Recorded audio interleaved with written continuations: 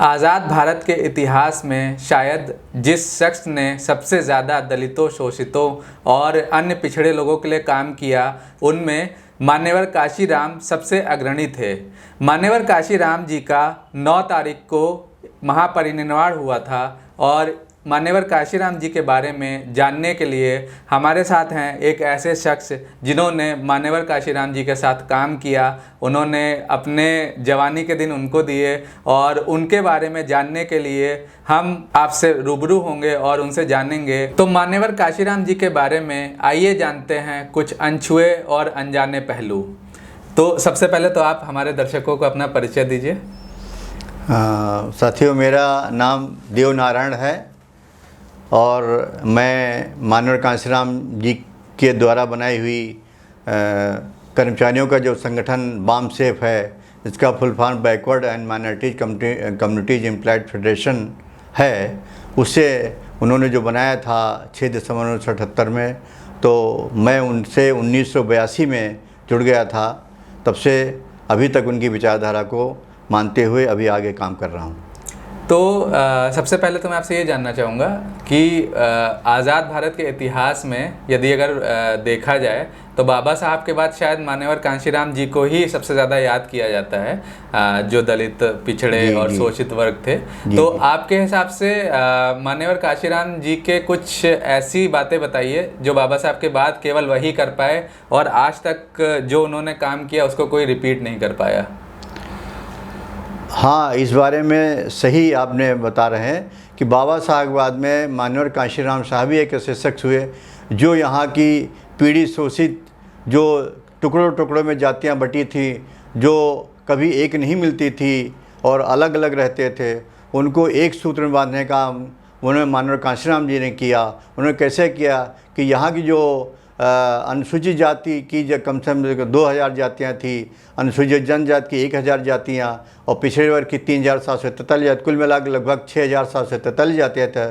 उन जातियों को आपस में जोड़ के उनके भाईचारा पैदा करके और यहाँ के उन्हें हक अधिकार दिलाने के लिए उनके तैयार किया। और उन्होंने ही इस सभी जातियों जुड़ करके कि आप अगर अल्पजन बने रहोगे, जातियों में टुकड़ों में बटे रहोगे तो अपने अधिकार नहीं कर सकते हो, संघर्ष नहीं कर सकते अपने अधिकारों के लिए।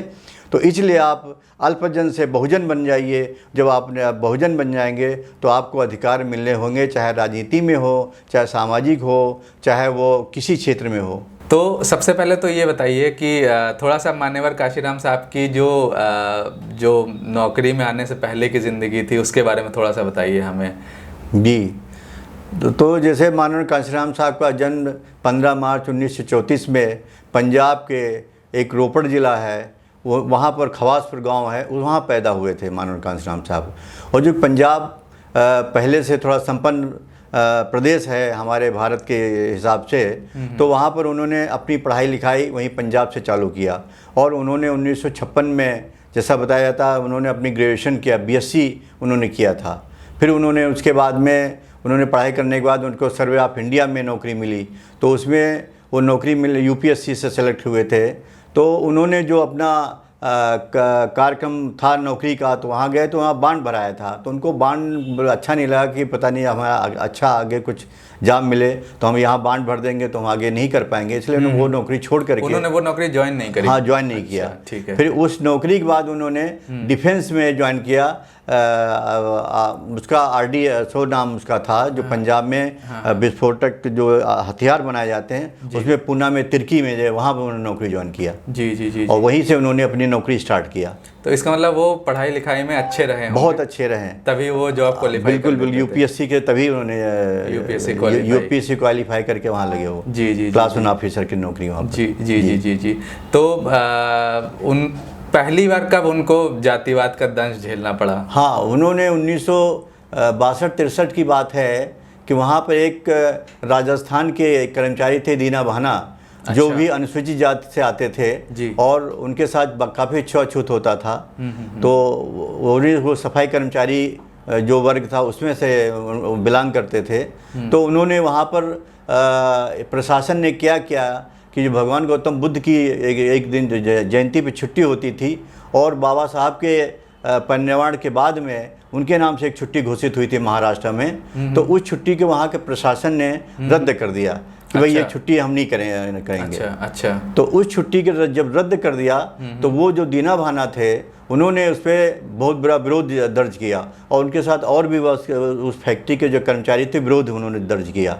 तो जब विरोध दर्ज किया तो उनके बाद में प्रशासन ने इनके खिलाफ कार्रवाई करना चालू किया, ये लोग भड़का रहा, तो उसने एक सर्कुलर जारी किया कि सर्कुलर ये जारी किया कि ये इनको डराया जाए, डरा के इनको ख़त्म कैसे इनको डरा के बंद कर दिया जाए। तो उन्होंने क्या किया, एक सर्कुलर निकाला कि आप नौकरी चाहते हैं या कि आप बाबा साहब जयंती की छुट्टी या भगवान गौतम छुट्टी चाहते हैं। अच्छा। तो वो एक ऐसे शख्स थे जो उन्होंने कहा कि हमें नौकरी भी चाहिए और हमें बाबा साहब की और भगवान गौतम बुद्ध की छुट्टी की भी जयंती में छुट्टी भी चाहिए। ये दीना भाना जी ने कहा। दीना भाना जी ने कहा। अच्छा, ठीक है। हाँ, तो उसके बाद वो प्रशासन ने उनके खिलाफ कार्रवाई किया। अच्छा।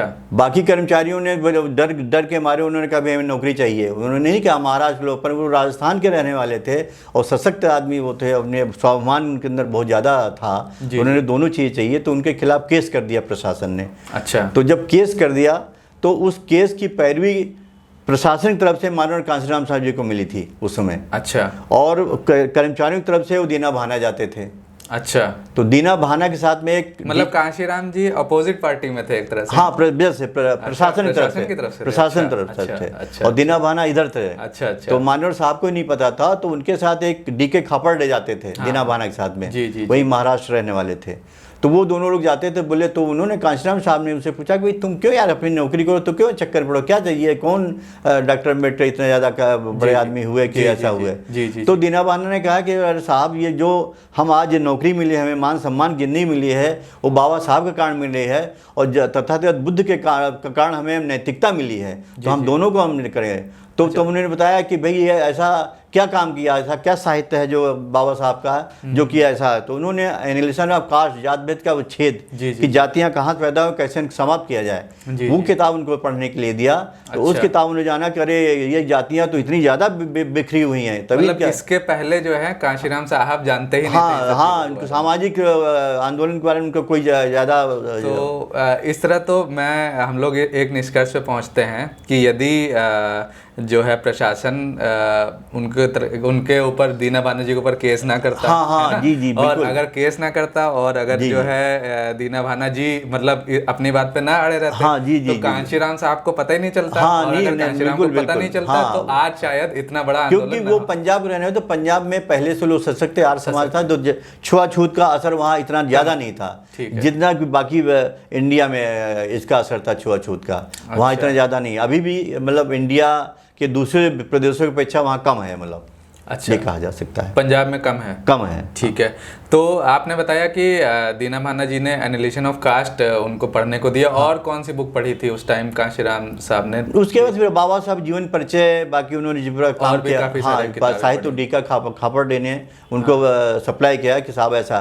तो कांशीराम साहब क्योंकि बड़े मेरे लोगों को पता चल इसी टाइप का पंजाब में होता है, तो मैं भी तो उसी वर्ग से आता हूँ। जी। तो उन्होंने फिर वो उस केस को प्रशासन की तरफ से पैरवी ज़्यादा न करके दीना भाना को केस जितवा दिया। अच्छा। और जितवा करके कि छुट्टी भी होगी और नौकरी भी होगी। अच्छा। तो प्रशासन ने फिर उनको छुट्टी भी दिया और नौकरी भी बरकरार रखा। उसके बाद से उनके दिमाग में आया कि जब बाबा साहब ने इतना बड़ा काम किया तो हमें भी ऐसा कुछ समाज के लिए काम करना चाहिए जो कि इनका कल्याण हो सके। ये जो छुआछूत, अन्याय, अत्याचार, इतना शोषण, इतना उनके खिलाफ हर मामले में उनके बाद अत्याचार होते हैं, तो कैसे रोका जाए। तो मानवर साहब ने ऐसा सोच करके 1964 में उन्होंने अपनी नौकरी से इस्तीफा दे दिया था। 1964 में इस्तीफा दे दिया था। उस टाइम वो पुणे में ही पोस्टेड थे। ठीक है। हाँ। तो ऐसा कहते हैं कि जब उन्होंने कोई एक किताब पढ़ी थी उसके बाद शायद उनको रात भर नींद नहीं आई थी। वो एनालिसिस कास्ट ही थी। हाँ, यही किताब थी। उसमें यही है कि इतनी जातियाँ बनी, हम लोग यहाँ के पहले शासक थे, परंतु यहाँ के मनुवादी लोग आकर के बाहर से आकर के और किस तरीके हमें यहाँ के पददलित और हमें नीचे गिरा के और लाचार मजबूर कर दिया हमें। तो काफ़ी सारे लोग जो इस वीडियो को देख रहे होंगे उनको नहीं पता होगा कि बाबा साहब ने जैसे मतलब लाहौर अधिवेशन में ये वो लेटर्स गए थे और वो नहीं हुआ था। तो थोड़ा सा मैं चाहूँगा कि आप एनालिसिस ऑफ कास्ट का क्या बैकग्राउंड है उसके बारे में भी हम सबको बताएं। उसका बैकग्राउंड ये है कि उन्होंने जो जातियों का उच्छेद, जातियों कैसे ख़त्म की जाए और जातियां कैसे बनी हैं और जातियां बना के उसका शोषण जातियों के आधार पर कैसे यहाँ का मनुवाद कर रहा है, ये उसका पूरा मेन कॉन्सेप्ट है एनालिसिस ऑफ कास्ट का। पूरा डिटेल जाएंगे तो वो किताब बहुत लंबी है, काफ़ी है तो है, पर उसका मेन जो सारांश यही कहा जा सकता है कि जातियों में कैसे बटाव, जातियों के आधार पर यहाँ का जो सिस्टम है उनने कैसे बंटवारा करके और शासन सत्ता में शामिल हुए, जबकि हम लोग इस देश के सही रह सकते और हम लोग एक थे इनके आने के पहले और हमारा कोई शोषण नहीं होता। तो पर यहाँ मनुवादी बाहर से आकर के आर्यों के नाम से जो जाना जाता है, तो उसके आधार पे इन्होंने हमारा शोषण किया, हमें नीचे गिरा दिया। तो अगर हम एक हो जाएं, अल्पजन से अगर बहुजन बन जाएं, तो हम इनसे खिलाफ लड़ सकते हैं, अपने अधिकार लड़ सकते हैं। 1935 में एक लाहौर में अधिवेशन होना था आर्य समाजियों का, तो आर्य समाजियों का न कह के वो ब्राह्मणवादियों का ही कहना चाहिए, परंतु चूँकि वो लोग थोड़ा जात व्यवस्था को कम मानने वाले लोग थे, तो उन्होंने कि जात पात इसको कैसे ख़त्म किया था, तो उसी के नाम उन्होंने रखा जात पात तोड़क मंडल की मीटिंग बुलाया था, तो जिसमें एक बाबा साहब को भी इन्वाइट किया था। तो बाबा साहब की चिट्ठी 1935 उन्होंने लिखा, तो 1936 में अधिवेशन होना था। तो बाबा साहब जो उस एनालिसिस कास्ट के बारे में पूरी अपनी एक लिख करके जो उनको वहाँ बोलना था, वो बोलने का जो पूरा सारांश उन्होंने अपने एक लिखित वक्तव्य बनाया हुआ था। तो लिखित वक्तव्य उन्होंने बना करके, शायद इसलिए क्योंकि बाबा साहब शायद कभी भी स्पीच देते थे तो उसको पहले लिखते थे। हाँ, बिल्कुल सही कह आप सही कह रहे हैं कि जो भी बाबा साहब स्पीच देते थे उसको लिख के देते थे, जिससे कि उसमें कोई कन्फ्यूजन न पैदा हो लोगों के बारे में। हाँ जी। तो इसलिए उन्होंने उस चीज़ को जब लिख के भेजा उनके पास में, उस कमेटी के पास में, तो उस कमेटी ने, बाबा साहब ने यहाँ की जाति व्यवस्था के बारे में एक्चुअल रूप में लिखा कि किस तरीके से यहाँ के मनुवादी सिस्टम ने हमारे लोगों को सताया और पीड़ित किया और आज भी उनके हक अधिकार नहीं दे रही हैं। तो उस चीज़ को उन्होंने जाति व्यवस्था ख़त्म करने की पूरा उन्होंने उसका उन्मूलन कैसे किया जाए, ख़त्म कैसे किया जाए, इस पर उन्होंने अपने विचार व्यक्त किए थे। तो वो वहाँ के लोगों को वो बात अच्छी नहीं लगी। जब उस बात अच्छी नहीं लगी तो उन लोगों ने बाबा साहब का जो लिखित वक्तव्य था वापस कर दिया, और वापस करने के बाद में उन्होंने वो सम्मेलन ही कैंसिल कर दिया, जो जात प्रवर्तक मंडल की जो मीटिंग होनी थी उसको ही कैंसिल कर दिया। मतलब उसमें उस लेटर में ऐसा कुछ था जो उनको नहीं समझ में आता था, वो चाहते थे कि स्टेज से ना बोला जाए, जो उनकी जाति व्यवस्था चोट बहुत पहुंचाता और लोग उससे जागरूक होते और उनकी वहाँ पर काफ़ी बदनामी होती। तो उस चक्कर में वहाँ मनुवादी कभी ऐसा नहीं चाहते कि उनकी बदनामी हो और वो लोग यहाँ के जागरूक हों, इसलिए उस चिट्ठी को उन्होंने वापस कर दिया और वो कमेटी का जो मीटिंग हुई थी उसको ही कैंसिल कर दिया, जिससे कि मीटिंग करेंगे उनको नहीं बुलाएंगे तो उसका भी गलत असर जाएगा कि कहते तो हैं जात प्रवर्तक मंडल नाम दिया हुआ है और परंतु काम कर रहे हैं जातिवादी काम, इसलिए उन्होंने मीटिंग कैंसिल कर दिया। उसी जो बाबा साहब ने जो वक्तव्य भेजा था अपना बोले, तो बाबा साहब ने प्राइवेटली उसको छपवा करके और फिर लोगों को वितरित किया, 1500 कापियाँ वितरित किया। तो उसी का आज रूप है कि एनालिसिस कास्ट है, उसी को ही कि जात व्यवस्था कैसे खत्म की जाए। हाँ, जात भेद का उच्छेद, कि जात बनी हुई जाति इनको कैसे खत्म किया जाए, उसका मेन उद्देश्य बाबा साहब का ये था। ठीक है। तो कांशीराम साहब पेन के बारे में कुछ कहते थे। हाँ, तो वो यहाँ की साहब का बड़ा सिंपल समझाते थे कि हमारी जात व्यवस्था कैसी है। तो यहाँ की जात व्यवस्था में पेन दिखा के ऐसे कहते थे कि ऊपर हमारे सबसे ऊपर यहाँ पर जो है ये इसको कैब को बताते हैं कि ये मनुवादी व्यवस्था टोटल है। ये इतनी कितने लोग हैं, 15% लोग हैं और 15% लोग यहाँ नीचे टोटल 85% पे कर रहे हैं। और ये यहाँ बैठे ब्राह्मण बैठा, फिर क्षत्रिय बैठा, फिर उसका वैश्य बैठा हुआ, फिर बैकवर्ड की जातियाँ बैठी, उसके नीचे एसटी बैठा, सबसे नीचे एससी बैठा हुआ।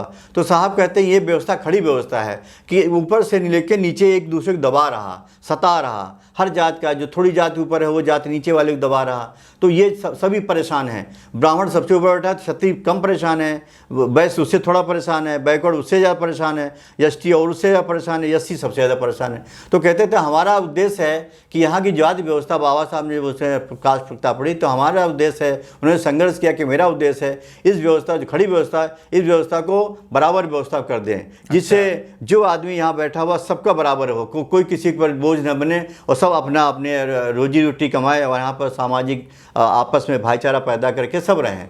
तो उन्होंने भाई इनका भाईचारा 15% बना हुआ, हमारा 85% भाईचारा नहीं बना हुआ। ये 6,743 जातियों बटे हुए, तो इनको जोड़ने का काम उन्होंने किया, जिससे कि आज जो जागृति आई है। तो मानव कांशीराम बाबा साहब बाद में मानव कांशीराम आंदोलन और बहुत चले हैं। आंदोलन ज्योतिबा फूले ने सबसे बड़ा आंदोलन चलाया, उसके बाद छत्तीस साहू जी महाराज ने चलाया, नारायण गुरु ने चलाया, रामस्वामी नायकर ने चलाया। तो ये चलाया, परंतु वो टुकड़ों टुकड़ों में कहीं कहीं बटे हुए। पर पूरे समग्र जो क्रांति हुई है वो बाबा साहब के बाद में बाबा साहब ने किया और मानव कांशीराम सर्व समग्र, तो जिससे आज हम लोग काफ़ी जागरूक हो गए हैं। और जो हमारे महापुरुषों का मान सम्मान हो रहा है तो मानव कांशीराम साहब कारण हो रहा है।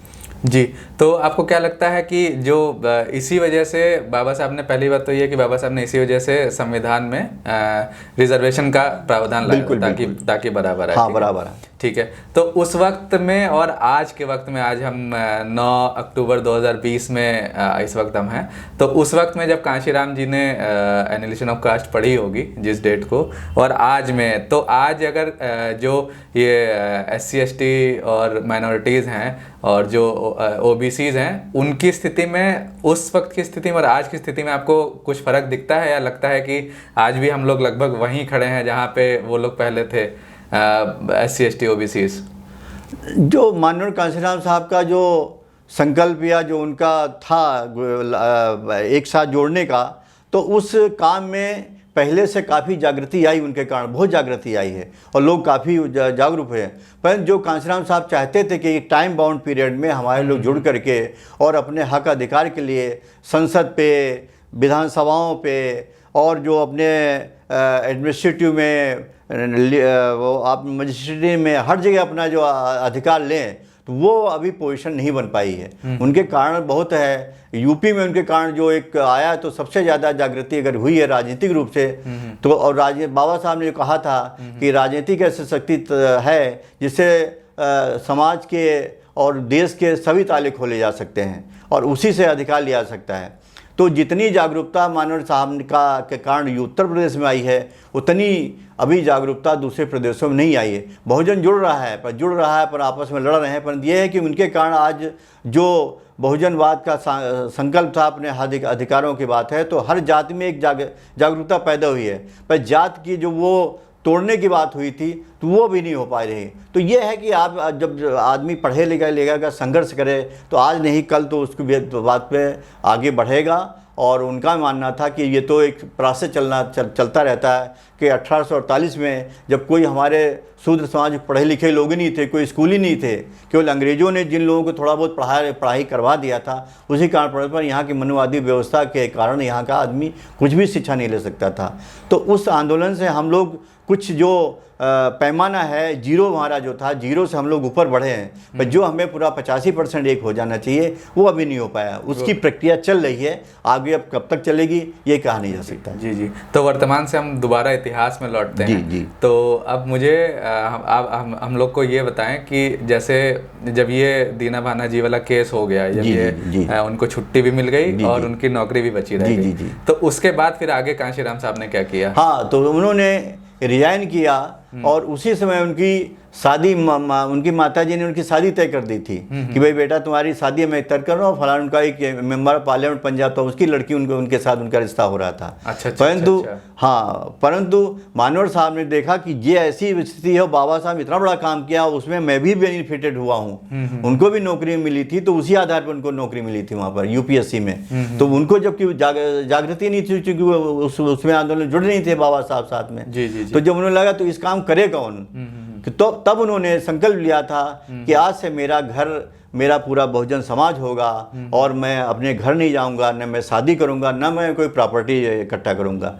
क्योंकि समाज में यही 3 चीज़ें जो होती हैं, तो वही आदमी को आगे बढ़ने नहीं देती है। कि पारिवारिक माया मोह में कारण हो जाता है, फिर प्रॉपर्टी आ जाती है, प्रॉपर्टी का उसको हवस पैदा होती है, तो आदमी निकाल। तो कांशीराम साहब ने एक 30 पेज का चिट्ठी अपनी माताजी को लिखा था कि माताजी आज के बाद से मैं आपका पुत्र नहीं हूँ, अब मैं पूरे समाज का पुत्र बन गया हूँ, मैं शादी भी नहीं करूँगा, मैं घर भी नहीं आऊँगा।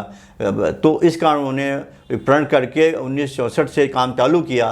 तो लोगों से मिलना चालू कि भाई ये बाबा साहब ने इतना काम कहा है, परंतु ये पूरा कैसे किया जाए। क्योंकि राजनीतिक शक्ति एक ऐसी शक्ति है जिससे हर ताला खोला जा सकता है। और उन्होंने लिखा था कि तुम इस देश के शासक बनो, तो हम शासक कैसे बन सकते हैं। तो चूंकि उनको उतना प्रैक्टिकल अनुभव नहीं था, तो वो लोग महाराष्ट्र में काफ़ी जाते रहे और लोगों को जो बाबा साहब के द्वारा पार्टी बनी तो नहीं थी, पार्टी बनी आरपीआई जो थी, रिपब्लिकन पार्टी ऑफ इंडिया 1957 में, पर परिकल्पना उन्होंने 56 में उसके रख दिया था कि हमारा लोकतांत्रिक सिस्टम कैसे चलेगा। तो उसी आधार पे उस आरपीआई में उन्होंने काम करते रहे, रिपब्लिकन पार्टी ऑफ इंडिया में। पर उनके नेता जो थे तो वो बाबा साहब के बताए के अनुसार काम नहीं कर रहे थे। तो जब काम नहीं कर रहे थे तो उन्होंने 1969 में 71 में जब लोकसभा का चुनाव हुआ, तो लोकसभा चुनाव में हुआ तो ये हुआ कि हम 62 में चुनाव लड़े आरपीआई के माध्यम से, वहाँ के लोगों ने, महाराष्ट्र के लोगों ने। उसके बाद 67 में चुनाव लड़े, परंतु वो सफलता प्राप्त नहीं हो पाई।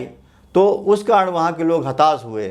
तो हताश होने के बाद में जब उन्होंने राजनीतिक पार्टी के आगे 1971 जनरल इलेक्शन आए, तो उन्होंने कहा हम कांग्रेस पार्टी समझौता करेंगे। वहाँ के लोगों ने, क्योंकि कांशीराम साहब का उस पार्टी में ज़्यादा आधिपत्य या अधिकार नहीं था, मतलब उनका चलती नहीं थी, तो उन्होंने फिर भी उनके साथ जुड़े रहते थे। तो वहाँ उनका जो समझौता हुआ, तो वो समझौता ऐसा हुआ कि उस समय 521 सीटें होती थी लोकसभा की। आज पास 543 हैं, पर उस समय 1971 में कम सीटें थी। तो पता समझौता ऐसा किया कि आरपीआई केवल एक सीट पे लड़ेगी। अच्छा। और कांग्रेस 520 सीटें लड़ेगी थी। अच्छा। तो बोले गांधी की जो पार्टी है कांग्रेस, वो 520 सीटें लड़ेगी और बाबा साहब इतने कमजोर हो गए कि एक सीट पर लड़ेंगे।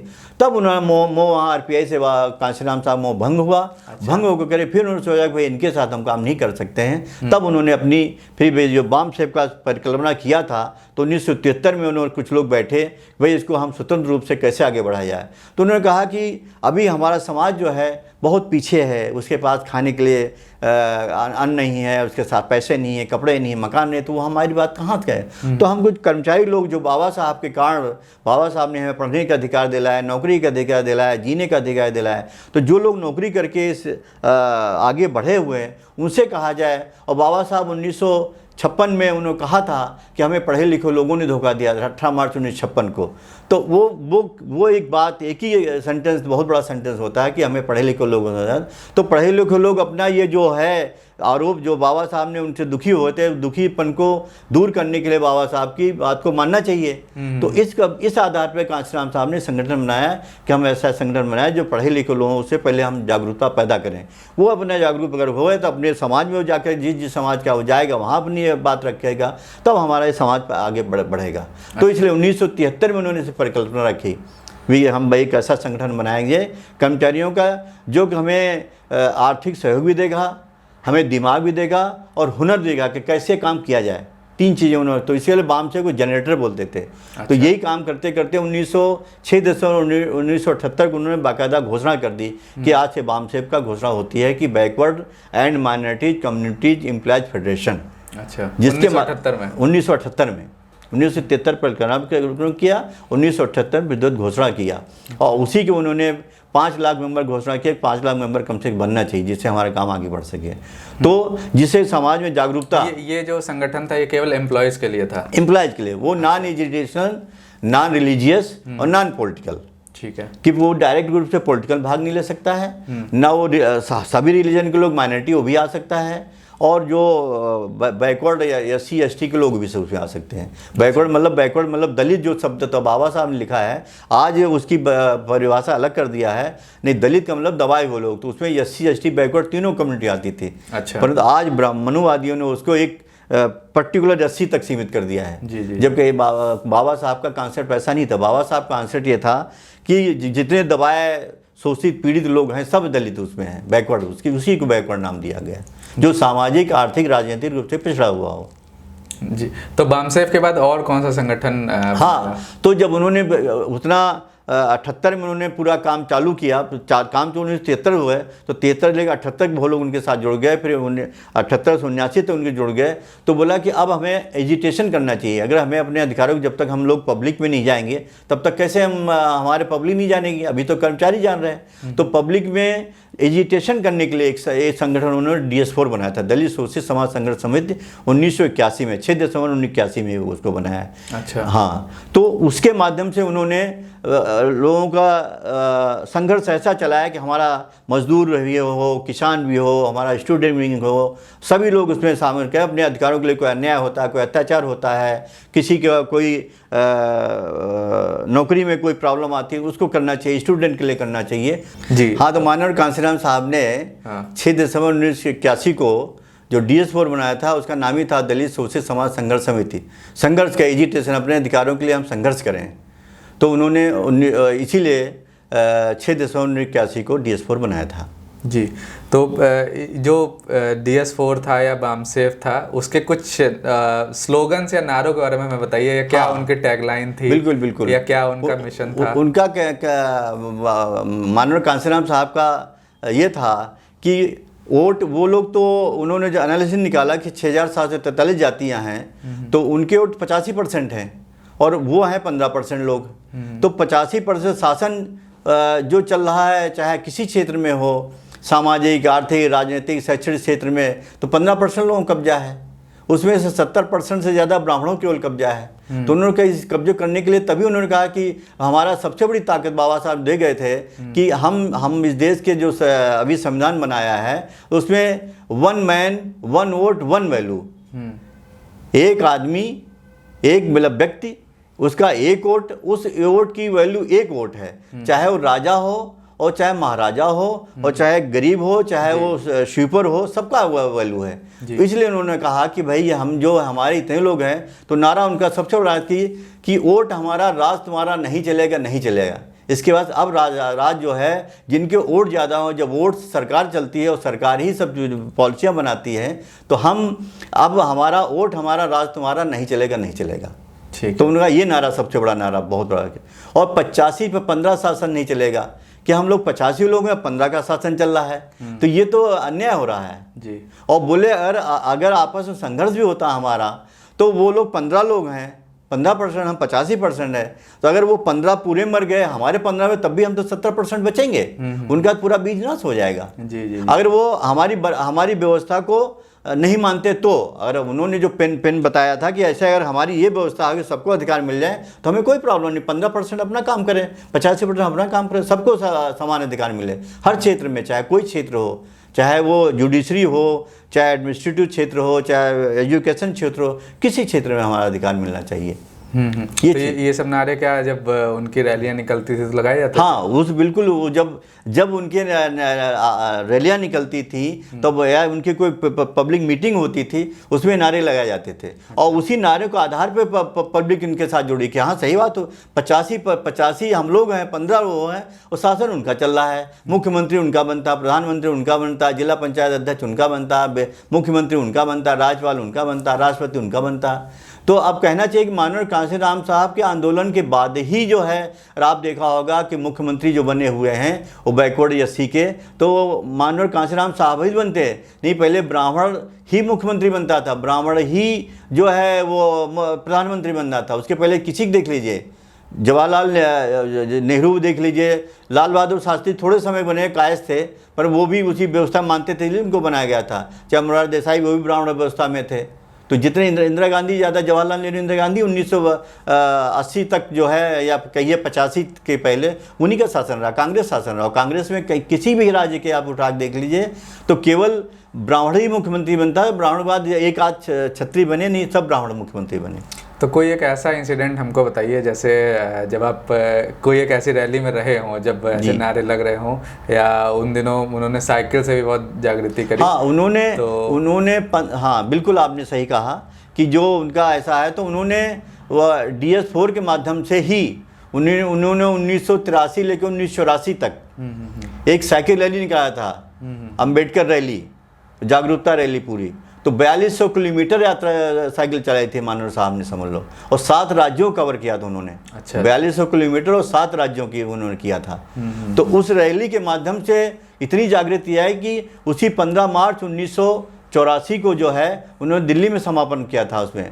तो दूसरी पार्टी बड़े बड़े, इवन जो रामविलास पासवान, ये भी उस रैली में गए थे। अच्छा। हाँ, कह रहे इतना आंदोलन तो हम आज तक कभी देखा नहीं है, समझ लो।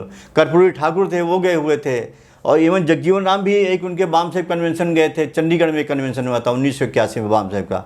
उस कन्वेंशन का जो उन्होंने देखा था अनुशासन और लोगों का जो हौसला और एक संघर्ष की जो भावना, तो वो जगजीवन राम से बहुत प्रभावित है, क्योंकि आज तक हमने ऐसा नहीं देखा हमारा क्या आंदोलन। वो भी ये लुटे पिटे लोग, उनका नारा था, लोग ये ब्राह्मण ये लोग नारा लगाते हैं कि हिंदू मुस्लिम सिख ईसाई सब भाई भाई, पर कांशीराम नारा क्या, लुटे पिटे से लुटे, मतलब दलित मुस्लिम सिख ईसाई लुटे पिटे सब भाई भाई, उनका नारा था। दलित मतलब वही बैकवर्ड SC ST माइनॉरिटी मिला के, तो उनका मतलब दलित मुस्लिम सिख ईसाई और लुटे पिटे सब भाई भाई। कि जो ब्राह्मणवादी हैं, दलितों में चाहे बैकवर्ड हो, चाहे SC हो, चाहे ST, उसको दबाता है। इधर माइनॉरिटी में मुस्लिम और सिख को बहुत परेशान करता था। तो ये कि भाई ये लुटे पिटे लोग हैं, आप सब लुटे लोग, शोषित लोग हैं, तो अगर आप एक हो जाओ तो ये हमारा मुक्ति का मार्ग मिल जाएगा हमें।